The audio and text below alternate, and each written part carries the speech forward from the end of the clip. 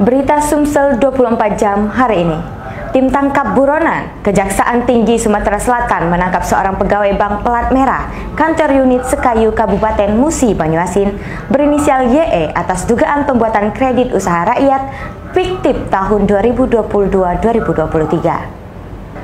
Kejaksaan Negeri Musi Banyuasin telah menetapkan YE sebagai tersangka berdasarkan surat nomor print 1650-16-FD.1-10-2024 tanggal 31 Oktober 2024 dengan sangkaan pelanggaran terkait pasal 2, pasal 3, pasal 8 dan pasal 9 Undang-Undang Nomor 31 Tahun 1999 tentang pemberantasan tindak pidana korupsi.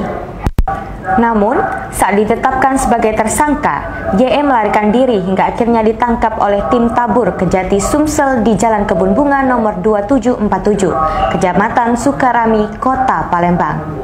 Tersangka YE dimasukkan dalam daftar pencarian orang Kejaksaan Negeri Musi Banyuasin dari tanggal 16 Desember 2024. YE ditetapkan sebagai tersangka dalam kasus dugaan penyalahgunaan wewenang dalam penyaluran dana KUR tahun 2022-2023. Ia diduga kuat memfasilitasi pencairan kredit menggunakan dokumen fiktif tanpa proses survei maupun verifikasi lapangan sebagaimana ketentuan standar operasional.